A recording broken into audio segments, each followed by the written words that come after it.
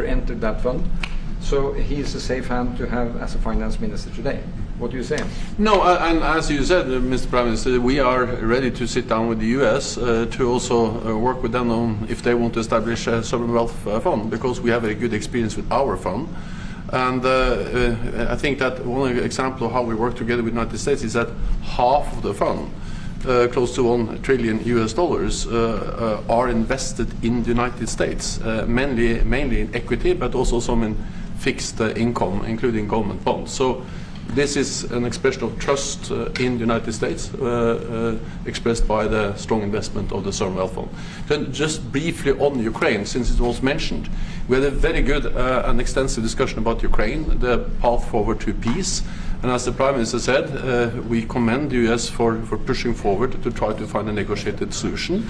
At the same time, we need to continue to support Ukraine, and therefore I'm proud that Norway has actually tripled the military support to Ukraine, and this year we will allocate close to $8 billion US dollars to Ukraine. That will strengthen them and also their hand on the negotiating table. If I may add to that, if there's a peace, and there will be a peace, we have a common responsibility in securing democratic Ukraine for the future. And the best security guarantee they can have is the ability to defend themselves. And we are investing in that. Mr. Prime Minister, Mr. if I may, President, as it relates to tariffs, Mr. President, when you unveiled your reciprocal tariffs on April the 2nd, the tariff rate for Norway was 15%.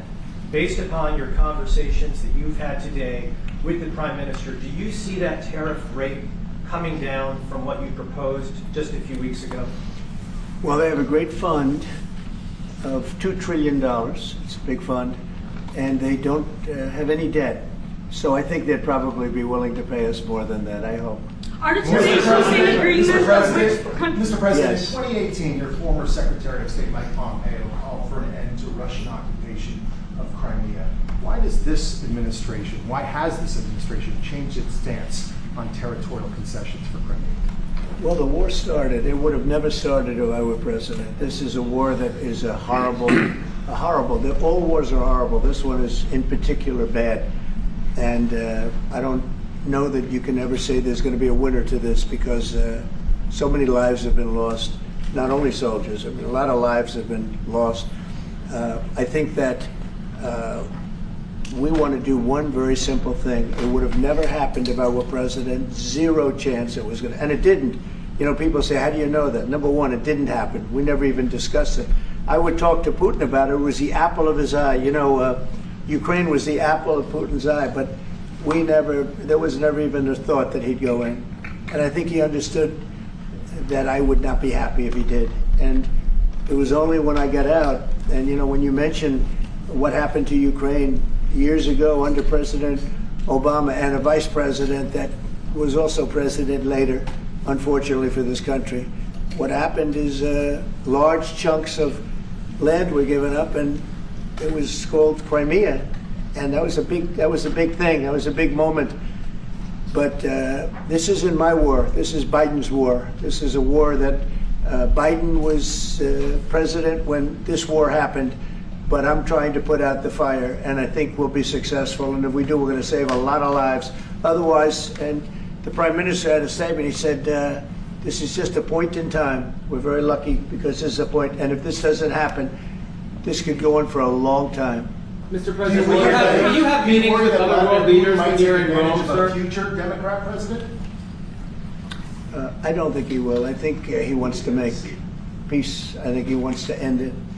And I feel pretty confident of that. But we're gonna know pretty soon. Mr. President, will you have meetings with other world leaders when you're in Rome? Yes, I will. Which leaders do you want to meet, sir? Well, I'd like to meet them all.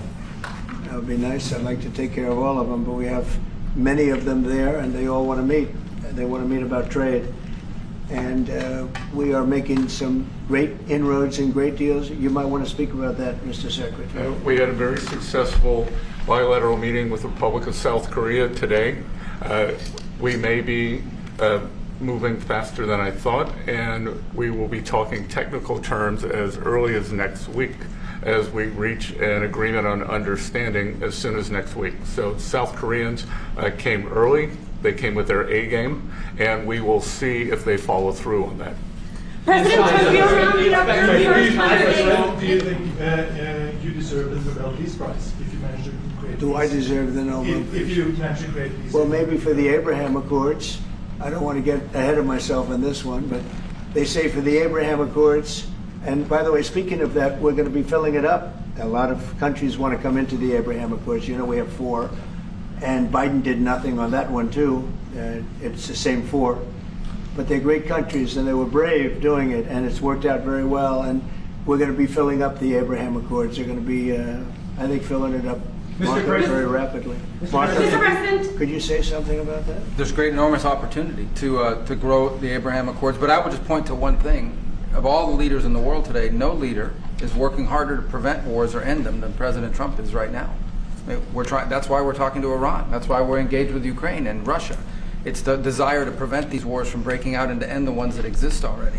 And again, I just think it's tremendous for our country to be led by a president who desires to bring peace and establish peace and protect peace. So it's hard work. Mr. President, Marco just mentioned something that maybe we should talk about for just a second, if we could, Mr. Prime Minister. And you're involved in it too, because you've been involved in the world and peace. But I think we're doing very well with respect to Iran, and we're having very serious meetings. And there are only 2 options, and the one option is not a good option. It's not a good option at all. And I think we're doing very well on an agreement with Iran, but that one, we're doing a lot of things, I will say, but that one is well on its way. We could have a very, very good decision, and a lot of lives will be saved.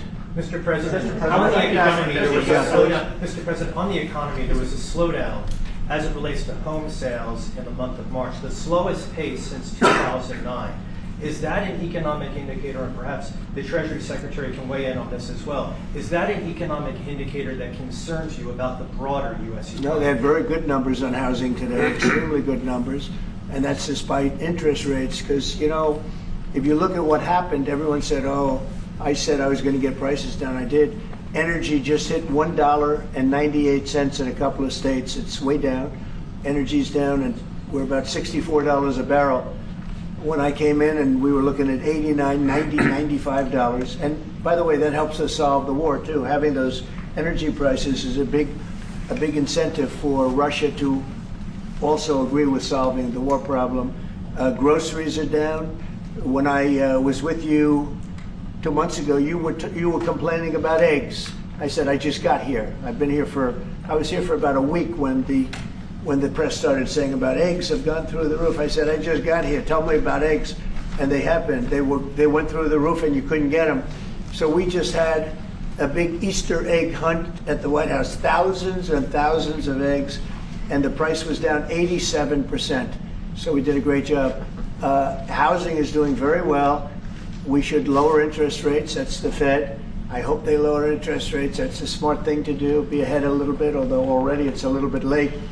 But in the end, we just have a great country. We have a very strong country, and we have every other country. I can't think of one country that doesn't want to negotiate a deal. And they either negotiate a deal or we set a deal that we think is fair. Because we don't have to go through all of these. It would be physically impossible. You know, you have so many people that really understand it, which is a very small group of people here. And we are going to, at some point, just set prices for deals. Some will be tariffed. Some treated us very unfairly. They'll be tariffed higher than others. But we've been ripped off for many, many years. The United States has been ripped off like no country probably in the history of the world has been ripped off for 45, 50 years. And countries have gotten rich by doing that with the United States. We've taken care of their militaries, and military is another subject we talk about. We're not going to make that subject to any of the deals, but you know the same countries that I do, where we virtually take care of their military, and then don't get treated fairly on trade. So the people, and I don't blame those countries, I blame the people that sat at that beautiful desk right behind you, because those people didn't do the job for this country, and they let us lose $4 billion a day on trade. We were losing $4 or $5 billion a day on trade when I got here, and now we're going to be much better than breaking even, and we're going to be making $4 or $5 billion a day on trade. So, I don't blame any country, not the worst of them. We were abused by countries. I blame the President of the United States that happened to be sitting when these deals were made. Disgraceful. When I was here, we had a great 4 years. We had the most successful economy in the history of our country, my first term. And we were very tough on trade. And with China, as you know, they paid hundreds of billions of dollars in tariffs.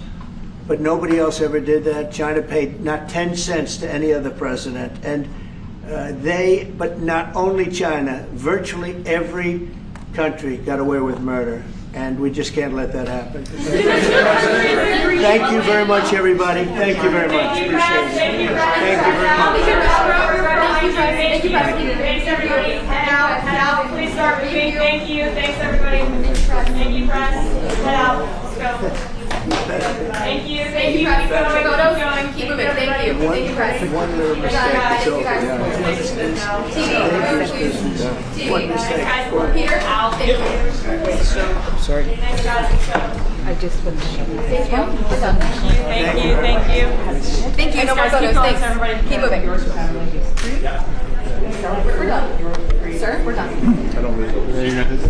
Thank you, Press.